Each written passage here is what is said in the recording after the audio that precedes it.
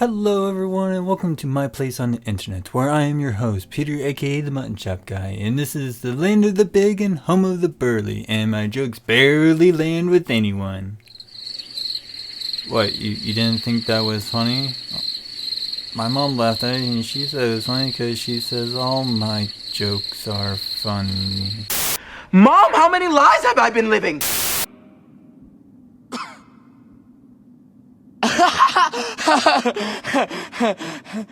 What? It was pretty funny. Well, besides that terrible joke landing flat on its face, we should get right into the meat of this podcast of what I've been wanting to do for a long time, and cover stories with a particular tagline on it, either being Bara or Gei Komi. And today, I bring you a very, very particular story made by Team Echo Project that my younger brother introduced to me and regrets every second of it now. What have I done? And it's a wonderful, wonderful visual novel that is following a young man's journey into another world as he has to navigate a complex society of backstabbers and turncoats. I bring you Adastra.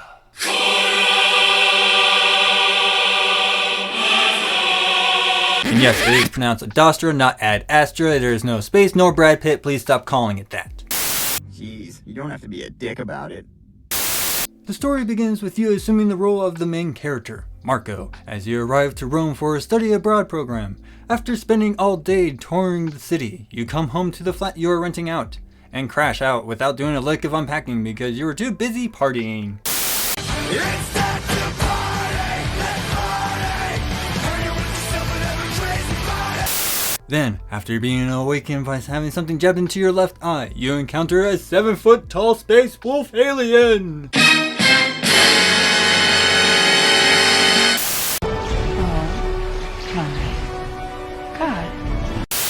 This is Amicus, and after a short and confusing exchange, he tases you and abducts you onto his ship. Great, we're already off to a fun start.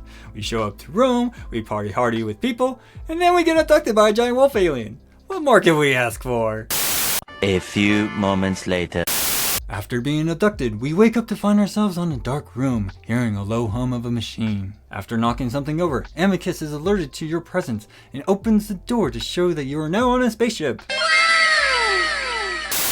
That was cute. I liked that. I liked that a lot.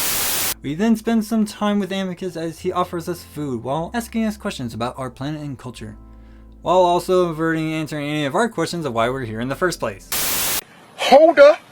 Wait a minute. Something ain't right. After we express our disinterest in what Amicus has to offer, he then tases us, again, and places us in the same room as before.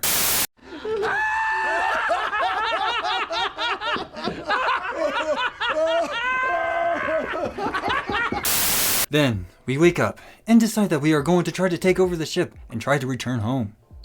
Yeah, like that plan's going to work. So, after trying to knock out Amicus with a metal pipe, we get a fight scene resulting in tasing Amicus, knocking him out, and tying him up. After waiting a while, Amicus regains consciousness, and he pouts like a spoiled child that didn't get their way. Yeah, that's really mature. Oh, go right to that! Good, go right there. Real mature.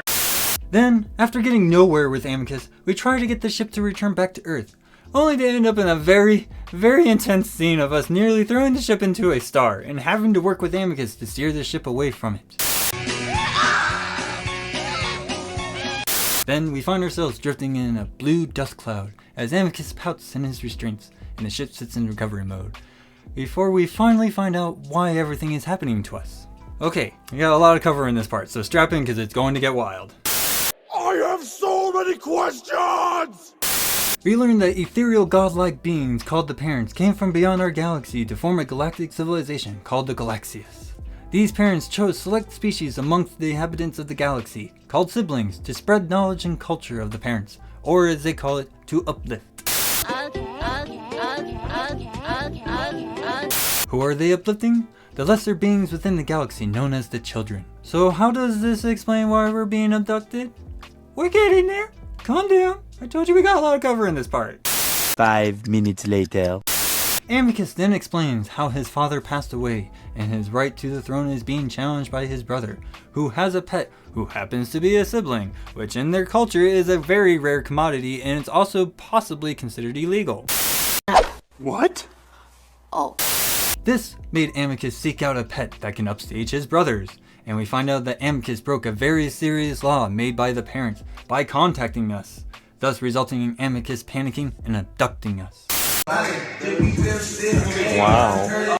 Then, figuring out the best way that we can return home, we agreed to help Amicus ascend to the throne so then he can help us return back to Earth. So, we arrived to his home, which is a moon called Adastra, where we meet his brother, known as Cassius. This guy, I swear, very interesting. We also meet Cato, who is the acting emperor and was former advisor to the emperor and close friend to Amicus's father. And we also meet Alexios, who is Cassius's pet. This motherfucking cat, I swear to God, I'm going to Okay, fine, I'm cool, I'm fine. And that's the only thing I want to talk about. I don't want to talk anything else about him. Bless you. We then have his sister, Virginia, return home with a guest, who we find out is Nefiru, the second son to the pharaoh of the planet Kemia. Calm yourself, boy. You are acting hysterical. This man, I swear to God, I never thought I would ever fall in love with such a character before. With so much suave and so much personality. Oh my God! You're so weird! Alright, I'll make you a clone, buddy. What follows is nothing but a labor of love and passion that is truly reflected in every facet of the story. Everything from the exposition, the characters, the conflict, the subplots were all carefully and meticulously handled in such a way that was truly enriching. What a time to be alive. What was probably the most impressive part about it was the pacing and the tension building the author used throughout. I understand that some people hate it when stories pick up in speed and then slow down, when they just want the story to keep going. I, however, just appreciate it when the author actually slows down for a bit, so I can catch my breath. Possibly even go to the bathroom break, because sometimes I need to go. We don't need to hear about that, thank you. The world building in this story has been one of the most intriguing models I have read in a long while. Using ancient astronaut theory to be the base of your world building was just so fascinating, and it allowed the cultures and the characters to come to life in a way that I just love. Yeah! It's rich in depth and is open for the author to take it in any direction they please. And it still makes me want to explore more of this world, and I have to give props to the author for this. Howley, amazing job, love it! Yes! Not only that, but how the world building exposition is used to explain character actions was just wonderful. This gave me so much information in more ways than one, and I liked that I didn't feel lost in translation through it all. Also, I loved how it was used as narrative payoff. Love it. Mwah. Love that. Much later. The characters in this story are such a smorgasbord of variety, and it really shows how well the author understood who these characters were supposed to be. Each personality showed different points of view regarding politics, ethics, and cultural heritage. These points of views really lent to the intention I felt the author was going with these characters and their interactions with you. What was so fantastic to me is how the author also used the conflicts in the story to show multiple angles on the subject matter and ways to explore them. Oh, I see. Yeah.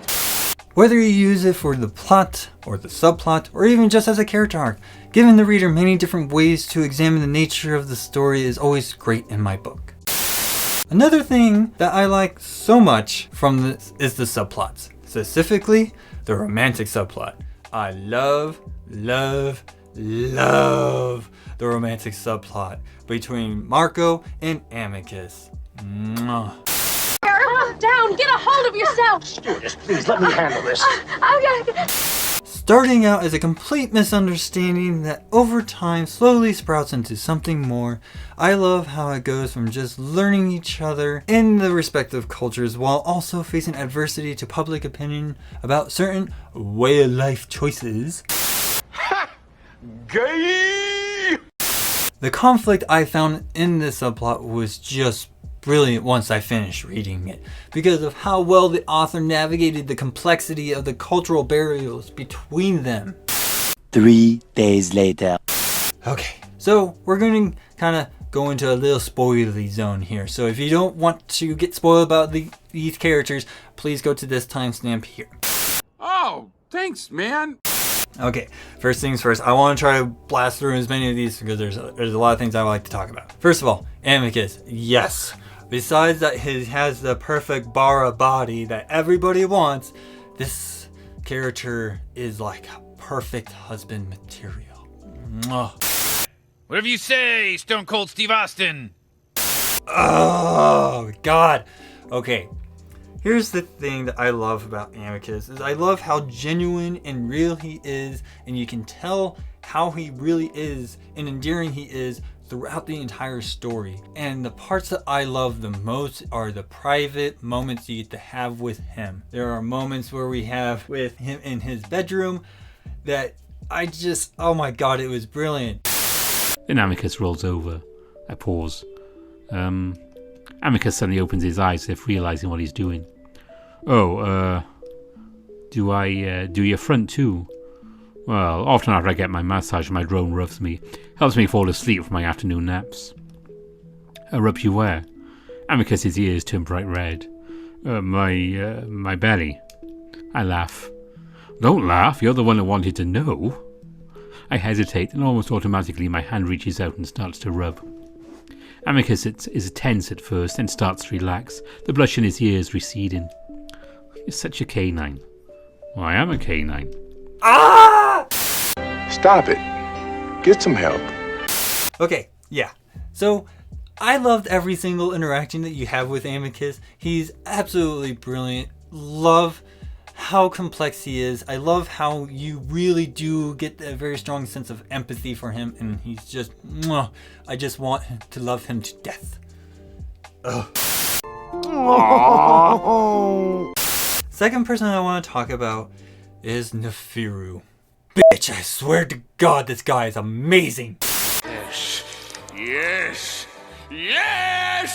Okay, I swear, I had never been a huge fan of somebody who uses a lot of suave and swagativity to, kind of sway people's hearts. But bitch, did this guy work for me. Yes, being another sibling race and being introduced to the other race was fantastic, but I have to just say that one of my favorite things with him was the best character development scene I have ever read in my life. Ugh. This guy. The scene that we get with him being so belligerently drunk and then finding out that he's just been struggling with his own personal task of forming an alliance with Adastra because his family made him do it and don't even expect him to succeed was just so heart-wrenching. And I felt so much for this guy. As much as I love Amicus as the best husbando, I really wish this guy will find love too because he deserves it. He deserves love too, guys. Yeah.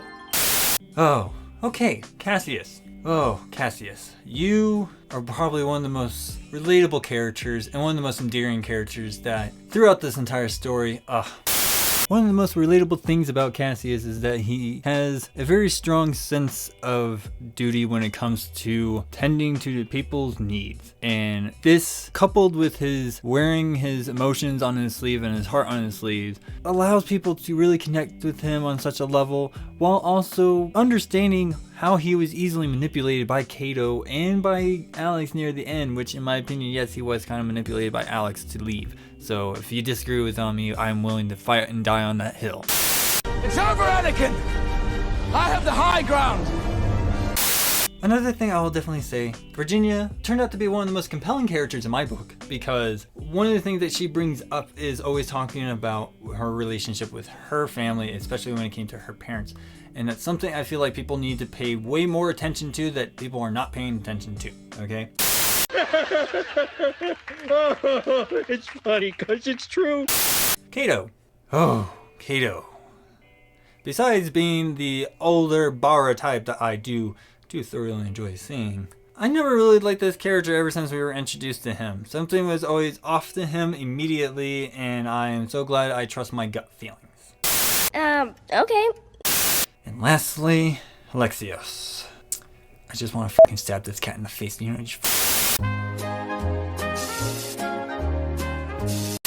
Okay, so, spoiler time over.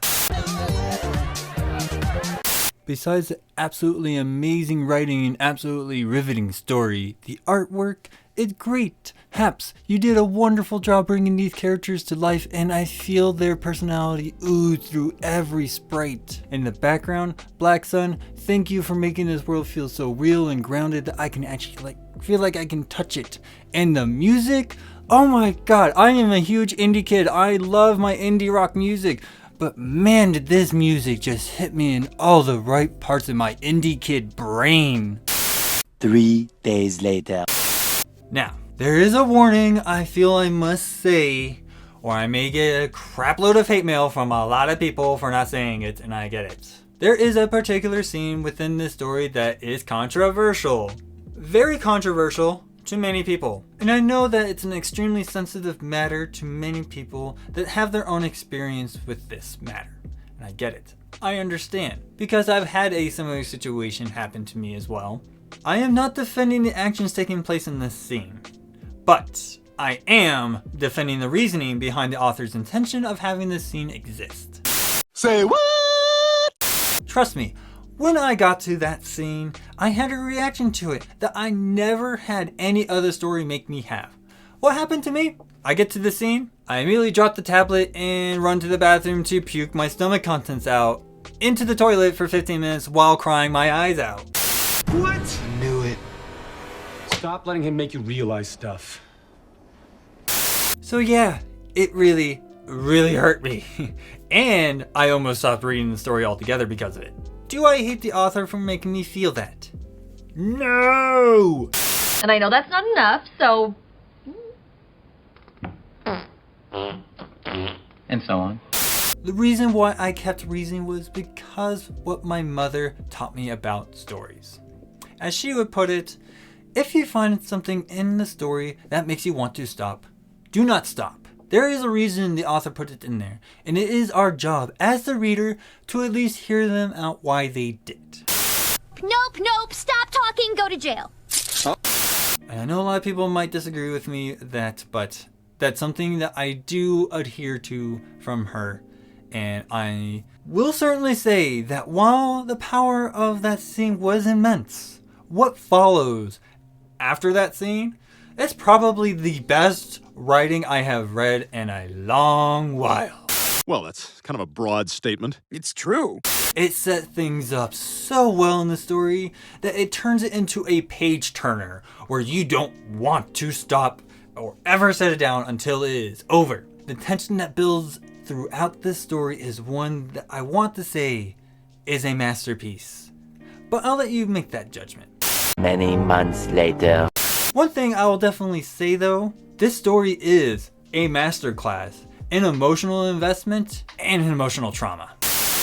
My emotions! My emotions! So, in summary, Adastra is a story that starts out nice and pleasant, just to watch everything spiral out of control and throws you in the middle of a power struggle that not only affects the world that you are in, but could change the entire direction of the galaxy you reside in. Not only does that drive the tension of the world, but drives the cultural disparity you, as a human, have with these alien life forms, which is integral to the romantic subplot. Wow, that was amazing. So, as you guys can clearly tell, I really like this story. And I highly suggest you guys go and read it. If you guys saw the spoiler parts, please, I'm sorry, you should have read the story before you saw that part. Or you should have skipped it and then go read the story and then come back and watch those parts. Because, man, are those parts really good. Okay, Boomer. Thank you. And I will certainly say that yes, this will be one of many episodes on this story because there is so much depth within this story and there's a lot of stuff I like to talk about within the story that, yeah, we're going to keep coming back to these stories and I will be working on these episodes over time, and when they are eventually done, they will be released. Are you sure about that? So, one of the things I will certainly tell you right now is my thought process of how to disseminate the subject matters within the story is I wanted to break it down in these kind of categories. So one I want to say is character showcase. Like I talk about a specific character and we talk about every interaction of this character in the story. Yes, yes, yes! The other thing I would also want to cover is just the overall plot lines, you know, whether it's a subplot or a main plot. The plot writing is something I definitely would like to talk about as well. Okay.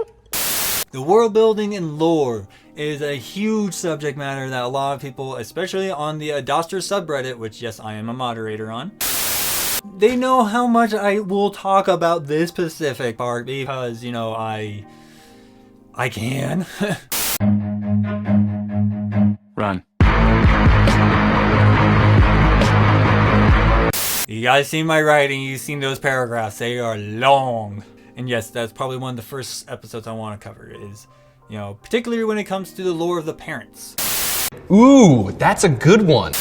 The other thing I also want to cover with the plots are also like the story themes that we, you know, showcase within the story, whether it's like the political discourse or just how the characters grow into their own, you know, and just how the writing really kind of shows you that nothing is what it appears on the surface, and ultimately how the writing really showcased the idea of, you know, not to lose who you are when faced with adversity. One eternity later. I certainly hope you guys enjoyed this episode. I know this is probably running really, really long, and it's going to take me a lot of work to make, but I'm telling you guys, I have been trying really hard and trying to get these episodes down. It's just, this is a different style of a podcast that I'm used to, so please show me the support. I'm trying. I would love to hear you guys' feedback. If you have any stories you want me to cover specifically that has the Bara tag on it or Gei Komi tag on it, please let me know and I will definitely take a look at it if I have not already seen it. Yes! Yes! But yes, I will certainly say in the next episode will be my first Gei Komi manga that I'm going to cover. Okay, that is definitely going to be the first one. And yes, you guys are probably going to understand why I'm covering this one first, because this would be, in my opinion, Good thing I brought my vape. the perfect introductory to Gei Komi as a genre, especially when it comes to the character archetypes. That way people can have a nice easement into it. You know, kind of want to pepper people into this genre first. Okay? Cool. I heard that. I wish I didn't hear that, but I just heard that.